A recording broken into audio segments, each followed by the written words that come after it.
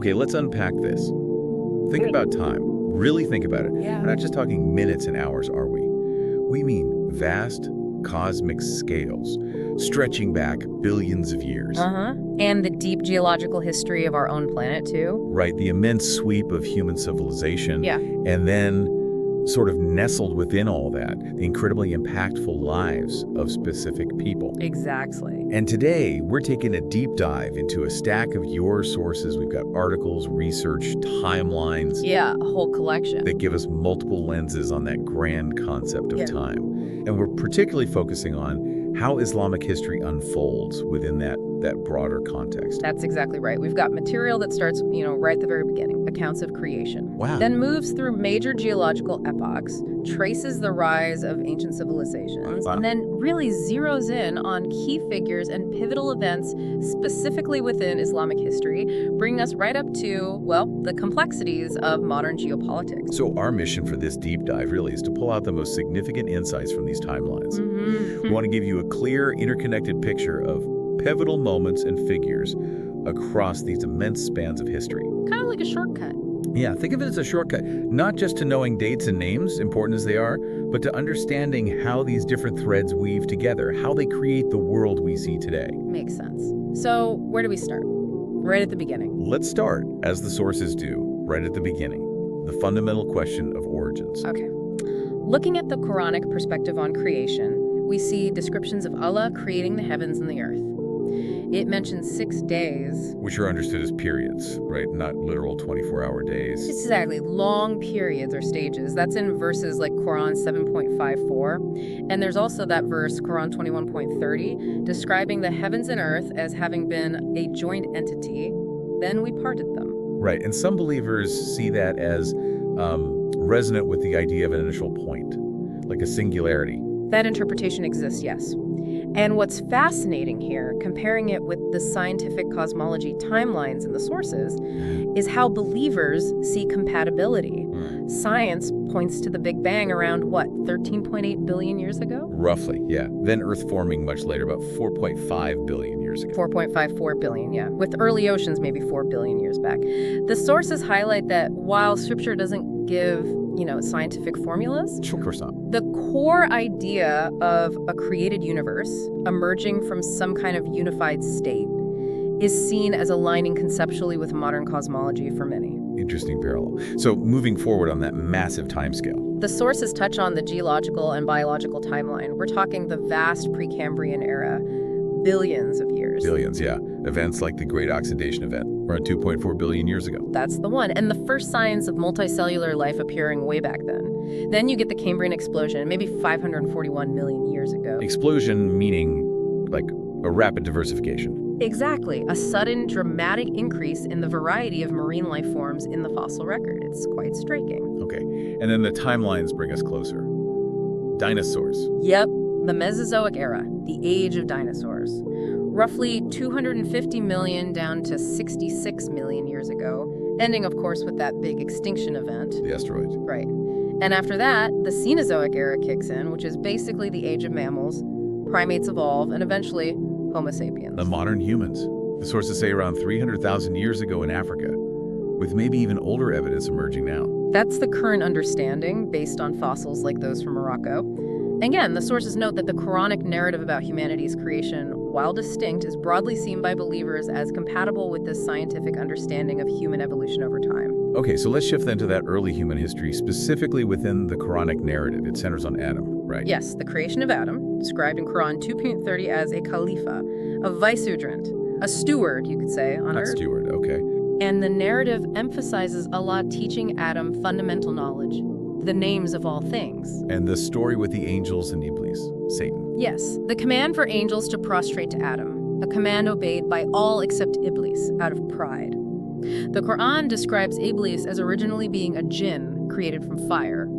Adam is presented as the first prophet, the ancestor of all humanity. And then the fall, leaving paradise. Correct. Adam and Eve descending to earth after being influenced by Satan's deception, as mentioned in Quran 2.36. From that point, the sources introduce a line of other early prophets, figures sent to guide different communities. Right, like Noah. No. Yes, Noah or Noah. And the Great Flood narrative in Quran chapter 11. He builds the ark, saves the believers, while those who rejected his warnings perish. The sources mention he stayed among his people for a very long time, nearly 1,000 years, urging them to turn to God. 1,000 years, wow. And others? Slyly. Hud sent to the people of Ad, prosperous but arrogant, ultimately destroyed by a storm, and Salih to the people of Thamud, who were destroyed by an earthquake after they defied a divine sign, a specific she-camel. These stories emphasize divine justice and guidance. This brings us to a really foundational figure, Prophet Abraham or Ibrahim, around 2000 BCE. Roughly, yes. A key prophet and patriarch. He's called a Hanif in the Quran. Hanif meaning pure monotheist, someone before the later religions, focused on the one God. Exactly, pure monotheist. The sources highlight his prayers for Mecca's security, his rebuilding of the Kaaba's foundations in Mecca with his son Ismail, and the Abrahamic covenant, which is described as extending to his offspring, encompassing both the children of Israel through Isaac and the Arabs through Ismail. And of course, the deeply significant story of the near sacrifice of his son. Such a central figure. Then comes Prophet Musa. The most frequently mentioned prophet in the Quran, actually, given the Torah as divine guidance. His story is epic, leading the Israelites out of Egypt. The parting of the sea. The parting of the sea, yes. And the Pharaoh and his army drowning when they pursued them. His mission was about liberation from slavery, establishing the worship of the one God, Allah. And finally, in this line of major prophets before Islam, Prophet Jesus, Isa. Correct. In the Quranic narrative, he's presented as a servant of Allah, a prophet, born miraculously through Mary. Miracles are mentioned too. Yes, performing miracles by God's permission. But it's crucial, as the sources emphasize, that the Quran explicitly denies the Christian doctrines of the Trinity and Jesus' divinity. Right. It states he wasn't crucified. It says he was not killed or crucified, but made to appear so, and was instead raised to Allah. He's deeply honored as a great and pivotal prophet within the Islamic framework, just not as divine. Okay, that clarifies the distinction. So having covered these foundational narratives, these key prophets, where do we go next? Let's shift gears. Move forward in time to the 6th century CE in the Arabian Peninsula. This sets the stage for the dawn of the Islamic era itself. And that means Prophet Muhammad, born around 570 CE in Mecca. Roughly 570 CE, yes, into the prominent Quraysh tribe. The sources identify him clearly as the final messenger, the seal of the prophets. Meaning, the last in that line of prophets we just discussed. Precisely, signifying the completion of the prophetic lineage in Islam. And his mission began later in life. At age 40, around 610 CE, with the first revelation he received in the cave of Hira near Mecca, this was the very beginning of the Quran being revealed to him, a process that unfolded over the next 23 years. 23 years? That's a long time. The sources mention some difficult periods for him personally. Yes, particularly the year of sorrow, around 619 CE. He lost both his supportive wife Khadija and his uncle and protector Abu Lib in close succession, a very tough time. But then came a major turning point, the Hijra, the migration. The Hijra, yes. Migration from Mecca to Medina in 622 CE. This wasn't just moving house, it was transformative. It's so pivotal it marks year 1 of the Islamic calendar. All right, the beginning of the calendar, and it led to establishing the first actual Muslim community state. Exactly. In Medina, under what's known as the Constitution of Medina, which outlined rights and responsibilities for the different groups there. So from Medina, his timeline includes, well, conflicts too. Significant interactions and conflicts, yes. Battle of Badr in 624 CE was the first major Muslim victory against greater Meccan numbers. It really boosted morale and consolidated the community. But not all were victories. Uhud. The Battle of Uhud in 625 CE was a setback. Sources say it taught lessons about discipline and obedience. Important figures like Hamza, Muhammad's uncle, were killed there. Then the Battle of the Trench, Khandak. That was defensive. Yes, 627 CE, a brilliant defensive strategy, digging a trench around Medina, which successfully repelled a large Confederate siege. Then, a key diplomatic move was the Treaty of Hudaybiyah in 628. A truce with the Meccans. A 10-year truce. It seemed like a compromise at first, but it actually allowed Islam to spread more peacefully and gain the Muslims crucial recognition. Which eventually led to Mecca itself. It paved the way for the conquest of Mecca in 630 CE. This was largely peaceful, a hugely symbolic moment. Prophet Muhammad entered the city, and the idols around the Kaaba were removed. It fundamentally shifted the power balance in Arabia. And the Battle of Hunayn followed soon after. Yes, consolidating that victory against some remaining tribal opposition. So, Prophet Muhammad's life concluded. How? He delivered the rites and sermon of the farewell pilgrimage in 632 CE, kind of summarizing his mission. He passed away later that year in Medina. His death marked the end of prophecy, obviously, and raised the immediate question of leadership for the Muslim community. Which brings us to the caliphs, the rightly guided caliphs. Exactly. The period immediately after his death, 632 to 661 CE, known as the era of the Rashidun caliphs. The first four leaders chosen to succeed him. First was Abu Bakr, a close companion. Yes, Abu Bakr al-Siddiq. He ruled for only about 2 years, but his main task was crucial, consolidating the community. After the Prophet's death, some tribes tried to break away or stopped paying taxes. The Ridda Wars. The Ridda Wars, or Wars of Apostasy. Abu Bakr forcefully suppressed these revolts, unifying Arabia under the new Islamic State. Absolutely vital for survival. Okay. Then came Umar ibn al-Khattab. Umar. His caliphate, 634 to 644, saw massive expansion. The sources describe huge territorial gains from both the Byzantine Empire in the west and the Sasanian Persian Empire in the east. So, Syria, Egypt, Iraq, Persia, falling under Muslim rule. Incredibly quickly, yes. Yeah. But Umar wasn't just about conquest. He established key administrative structures, the treasury, stipends, provincial governance, and he instituted the Islamic calendar we mentioned. A real state builder. Who was third? Uthman ibn Affan, ruling from 644 to 656. His major contribution, highlighted in the sources, is overseeing the final definitive compilation of the Quran into a single, standardized written text. The version used today. Yes, to prevent disputes over different readings. He also authorized naval expeditions, expanding into places like Cyprus. But his later years were marked by problems. What kind of problems? Growing internal political tensions, accusations of favoritism towards his own clan, the Umayyads. Discontent simmered and eventually led to his assassination by rebels in Medina. Which then brings us to the fourth caliph, Ali ibn Abi Talib. Very central figure. Hugely central. Ali's own timeline in the sources is packed. He was Prophet Muhammad's cousin and son-in-law, married to Fatima, one of the very first male converts to Islam, possibly the first young boy. Involved from the absolute beginning. Absolutely. Played a key role during the Hijrah, risking his life. Fought bravely in all the major early battles, Badr, Uhud, the Trench. He pledged allegiance to the first three caliphs after Muhammad's death. But he finally became caliph himself in 656 after Uthman's death. Yes, but inheriting a deeply fractured community. His caliphate was almost immediately plunged into civil war, the first fitna. Stemming from Uthman's assassination. Demands for justice. Largely, yes. Complex political rivalries, too. He moved the capital from Medina to Kufa in Iraq, a more central location for his support base. In the battles during his time, the sources mention several. Key ones, yes. First, the Battle of the Camel in 656 near Basra. He faced a faction that included Aisha, Prophet Muhammad's widow, demanding retribution for Uthman. Ali won this battle. Okay. Then Siffin against Muawiyah. The Battle of Ifin in 657 was a prolonged confrontation against Muawiyah, the governor of Syria and a relative of Uthman. This battle ended inconclusively, leading to a very controversial arbitration agreement. Controversial how? Well, it didn't really solve the underlying issues, and a faction of Ali's own supporters rejected the arbitration entirely. They became known as the Kharijites, those who went out. Ah, the Kharijite schism. Exactly. They saw arbitration as compromising God's judgment. Ali had to fight them too, defeating them decisively at the Battle of Nahrawan in 658.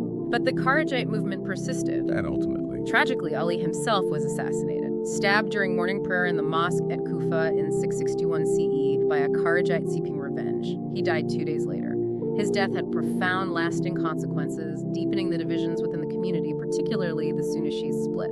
A very turbulent period. Let's shift focus slightly to another key figure from this era, known more for military leadership, Khalid ibn al-Walid. Ah, yes, Khalid, often called Saif Allah al-Maslul, the drawn sword of Allah, an incredible military commander. His timeline overlaps with the Prophet and the first caliphs, right? Roughly 592 to 642 CE. Yes. He bridges that pre-Islamic Meccan aristocracy and the early Islamic conquests. Born into the powerful Banu Makhzum clan in Mecca, already famed as a horseman and strategist before Islam. And initially, he fought against the Muslims. Very effectively, yes. He commanded the Quraysh cavalry at the Battle of Uhud, where his flanking maneuver was critical to the Meccan success against the Muslims.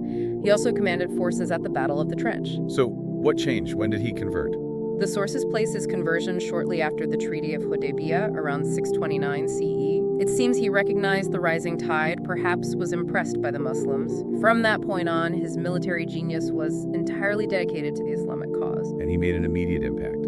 Huge impact. He quickly led Muslim forces in tough situations, like the difficult Battle of Mu'tah against the Byzantines. He played a key role in the conquest of Mecca and the subsequent Battle of Hunayn. But his most critical role came after the Prophet's death, during the Ridda Wars. Absolutely crucial. Abu Bakr relied heavily on Khalid to suppress the widespread apostasy revolts. Khalid won decisive victories at places like Buza and Aqraba, essentially saving the nascent Islamic State from collapsing. He was instrumental in unifying Arabia. And then he turned outwards. Yeah. Against the empires. Yes. First against Sasanian Persian garrisons in Iraq, successful sieges at Hira and Anbar in 633. Then, famously, he was shifted to the Syrian front against the Byzantines. Leading to major victories there. Yes. The Battle of Ajnadayn in 634 was the first major field defeat for the Byzantine army in Syria. Then the Siege of Damascus, which fell soon after. And the biggest one, Yarmouk. The Battle of Yarmouk in 636 CE. This was his masterpiece, a 6-day battle against a much larger Byzantine force. Khalid's tactics completely routed the Byzantines, shattering their power in Syria and opening the Levant to Muslim conquest. It's considered one of the most decisive battles in history. An incredible record. How did his career end? Somewhat abruptly.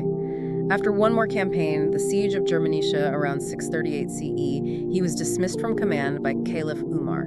The reasons are debated, maybe concerns about his popularity or differences in style.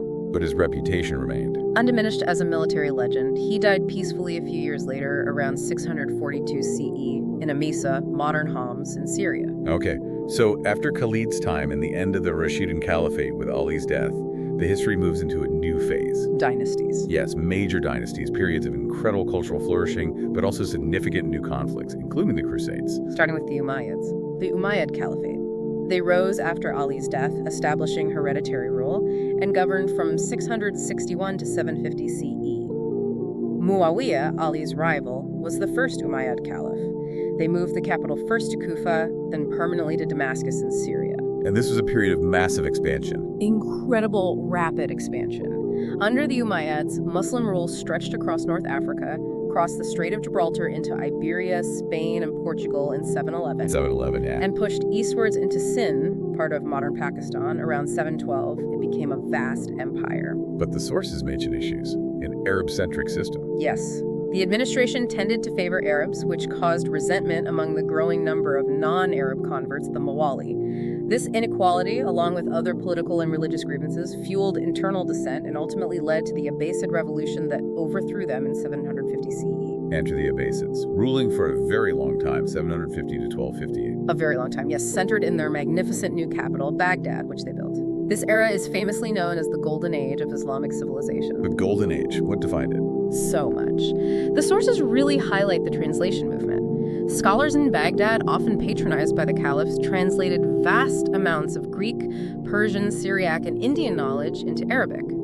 Philosophy, science, medicine. Preserving and building on ancient learning. Exactly. This fueled incredible advancements within Islamic civilization. Mathematics, algebra, algorithms developed. Medicine saw huge progress. Astronomy, optics, chemistry, philosophy. Institutions like the House of Wisdom in Baghdad were centers of this intellectual ferment. Islamic law, fiqh, also saw its major schools develop and get codified during this time. Sounds amazing. Did it last? Did the political unity hold? Not entirely. While Baghdad remained the symbolic center for centuries, the actual political power of the Abbasid caliphs gradually fragmented. Regional governors and military commanders established effectively independent dynasties across the empire. Like where? Egypt had the Tulunids and Ikhshidids. Persia and Central Asia sought the Samanids, then the Buyids, who actually controlled Baghdad for a time. North Africa had its own rulers, so political unity fractured, even though cultural and economic ties often remained strong. And the end of the Abbasids in Baghdad Came dramatically and violently with the Mongol invasion. Hulagu Khan, grandson of Genghis Khan, besieged and utterly destroyed Baghdad in 1258, killing the last Abbasid caliph there, a major shock to the Muslim world. Though a shadow Abbasid caliphate survived under Mamluk protection in Cairo for a while longer, the Baghdad era was over. That Mongol invasion was devastating. What other powers were significant around this time? You mentioned regional dynasties. Yes, alongside the later Abbasids, and then after them, you had major regional players. The Fatimid Caliphate, for example. They were a Shi-Ismaili dynasty, ruling first in North Africa, then conquering Egypt in 969 and founding Cairo. Cairo, yes. Azhar Mosque. They built Al-Azhar, initially as a center for Ismaili learning, now one of the oldest and most prestigious Sunni universities. The Fatimids were major rivals to the Abbasids. And the Seljuk Turks. The Seljuks were hugely important, a Turkic group from Central Asia who converted to Sunni Islam. They swept through Persia and into Anatolia in the 11th century. They became protectors of the Abbasid Caliph, promoted a Sunni religious and intellectual revival, founded important madrasas or schools, like in Nishapur. And their impact on the Byzantines? Massive. Their victory over the Byzantines at the Battle of Manzikert in 1071 opened up Anatolia, modern Turkey, to large-scale Turkic settlement, a major turning point. And it's within this context, then, fragmented Abbasid power, rising Seljuks, Fatimids in Egypt, that the Crusades begin. Exactly. Pope Urban II called for the First Crusade in 1095, aiming to recapture Jerusalem from Muslim rule, capitalizing on the political divisions in the region. Which brings us to another key figure highlighted in the sources, Alara al-Din al-Ayyubi. Saladin. Saladin, yes. Lived 1137 to 1193, founder of the Ayyubid dynasty. He was an Arab, right? Kurdish. Correct. Born in Tikrit, in modern Iraq, into a Kurdish family that served the Seljuk successor states. He rose to prominence serving his uncle in Egypt, which was then under the declining Fatimids. And he took power there. Eventually, yes. He became vizier, then effectively ruler. In 1171, he formally abolished the Fatimid Caliphate, restoring Egypt to nominal Abbasid Sunni allegiance. He then consolidated his rule over Egypt and Muslim Syria, uniting them under his Ayyubid dynasty by 1174, creating a powerful state confronting the Crusader kingdoms. So his main focus became the Crusaders. Very much so, unifying the Muslim front against them. His most famous victory came in 1187. The Battle of Horns of Hattin. Yes, the Battle of Hattin, a strategic masterpiece where he lured the main Crusader army out, trapped them, and virtually annihilated them. A devastating blow to the Crusader states. And this opened the way to Jerusalem. It did. Just a few months later, in October 1187, Saladin besieged and recaptured Jerusalem, ending 88 years of Crusader rule in the city. And the sources emphasize his conduct then. They do. In contrast to the massacre during the First Crusade's capture of the city, Saladin granted safe passage to the Christian inhabitants who could ransom themselves, and even helped many who couldn't. This earned him a reputation for chivalry, even among his enemies in Europe. He later faced Richard the Lionheart, didn't he? Third Crusade. Yes. Richard arrived trying to recapture Jerusalem. They fought several engagements, notably the Battle of Arsuf in 1191. Richard won a tactical victory there, but Saladin managed to keep his army intact and prevent Richard from reaching Jerusalem. Eventually, they signed a truce. And Saladin's legacy. He died in Damascus in 1193, remembered for uniting Muslim forces, retaking Jerusalem, and that reputation for justice, generosity, and chivalry. A major figure in both Islamic and Western memory. What happened after the Ayyubids? In Egypt and Syria, they were eventually replaced by their own former slave soldiers, the Mamluks. The Mamluk Sultanate ruled from 1250 to 1517. The Mamluks. They're famous for stopping the Mongols. Hugely significant, yes. They inflicted the first major defeat on the Mongols at the Battle of Ain Jalut in Palestine in 1260, halting their westward advance. They also finished the job against the Crusaders, capturing Acre, the last major Crusader stronghold on the mainland, in 1291. Wow, so that marks the end of the major Crusader presence. Moving into the early modern period then, after the Mamluks, what are the major powers? We see the rise of three enormous, influential Islamic empires, often called the Gunpowder Empires, because of their mastery of new military technology. Okay, who are they? First, and longest lasting, the Ottoman Empire. Founded around 1299 by Osman Lis in Anatolia, grew steadily, and lasted all the way until 1924. Over 600 years. Their big moment was Constantinople. Capturing Constantinople in 1453 was monumental. They renamed it Istanbul, made it their capital. It marked the end of the Byzantine Empire and established the Ottomans as a major world power. And their territory was vast. Immense. At their peak, they controlled southeastern Europe right up to Vienna, almost all of North Africa, Egypt, Syria, Iraq, Arabia, a huge multicultural, multi-religious empire, reaching its zenith under rulers like Suleiman the Magnificent in the 16th century. The sources mention eventual decline. Well, stagnation and gradual decline relative to rising European powers from the 17th century onwards. They attempted reforms, faced numerous challenges, eventually joined the Central Powers in World War I. Its defeat led to the empire's dissolution, the abolition of the Sultanate in 1922, and then the Caliphate itself in 1924 by the new Turkish Republic. The end of the Caliphate.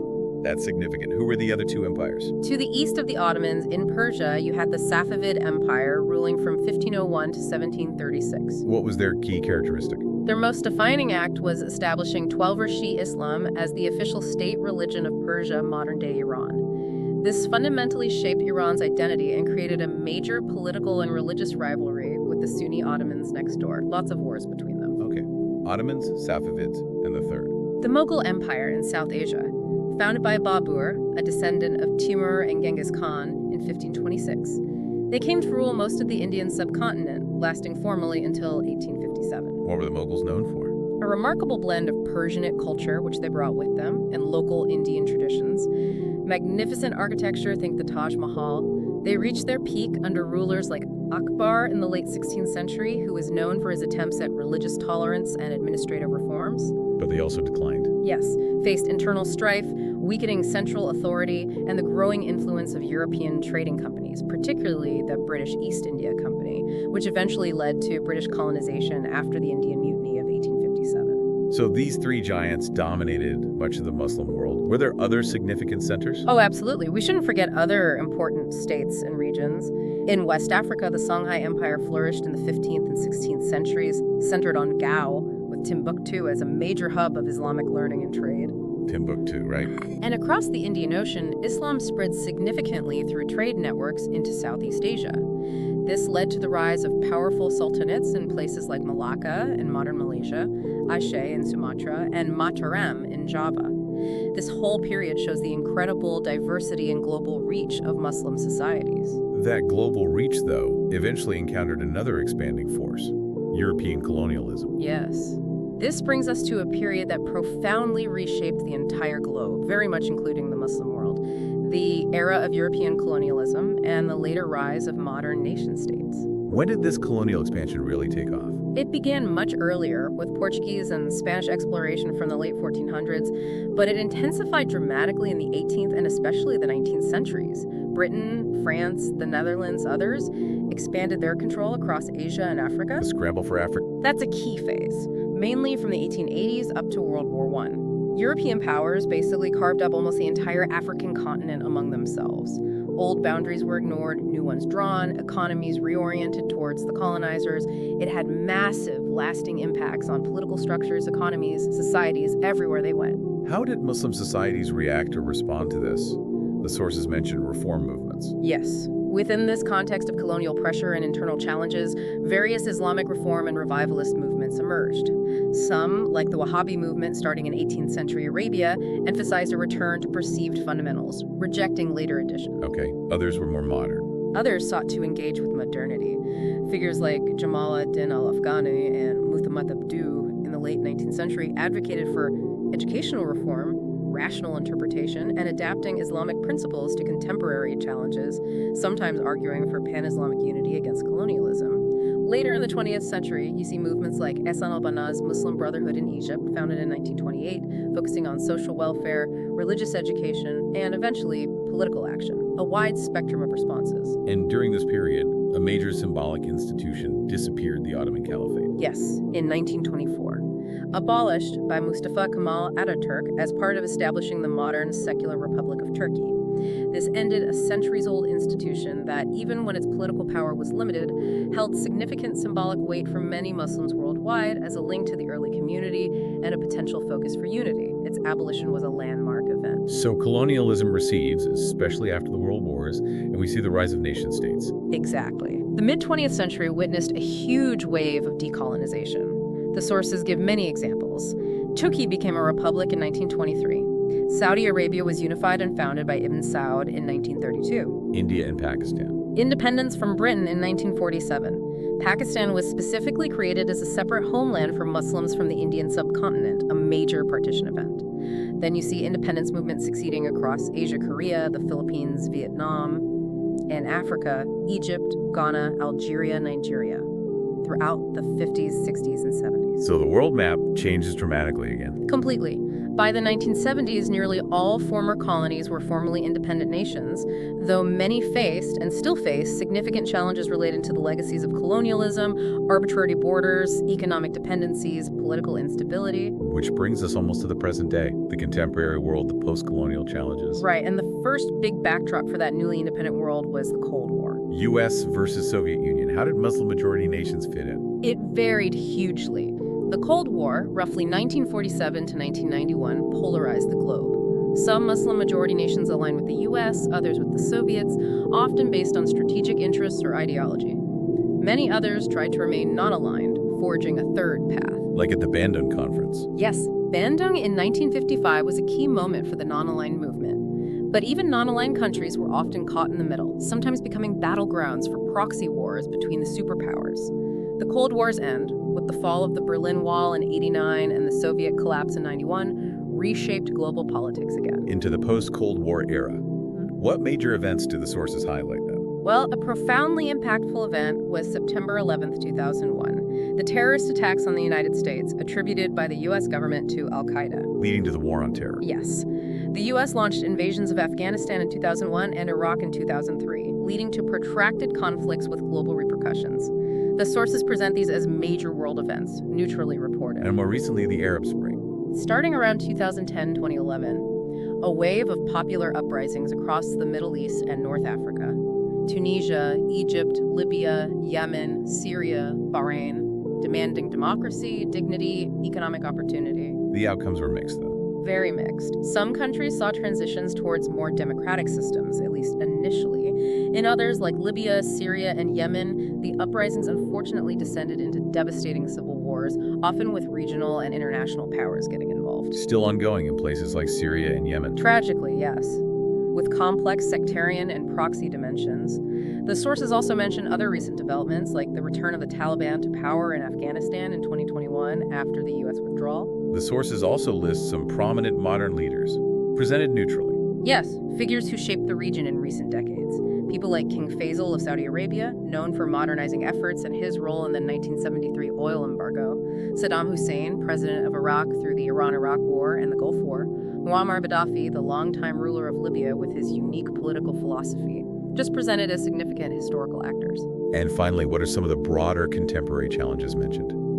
Issues like rising Islamophobia in Western countries, ongoing debates within Muslim societies about the relationship between Islam and the state political Islam versus secular governance models, demographic pressures and youth bulges in many countries, and alongside the conflicts, there are also continued efforts towards intra-Muslim cooperation through bodies like the OIC, the Organization of Islamic Cooperation. Wow. Okay. So we've just covered an incredible sweep of history. It's almost overwhelming when you lay it out like that. It really is. From, thinking about cosmic origins billions of years ago, through the earliest human narratives, the foundational prophets like Abraham, Moses, Jesus, and Muhammad. Right. Then the rise and fall of these massive empires, the Umayyads, Abbasids with their golden age, the Ottomans, Safavids, Mughals. Zooming in on transformative figures like Ali, Khalid ibn al-Walid, Saladin. Absolutely. All the way through the massive disruption of colonialism, the emergence of nation states, and into the often turbulent contemporary world we live in now. It's a vast journey, definitely. And the value, we hope, in doing this deep dive is connecting those dots. Yeah. Seeing how these different periods and people and ideas, they don't happen in isolation. They build on each other, react against each other. They shape the world you see around you today. It definitely feels like this deep dive is just scratching the surface, a starting point.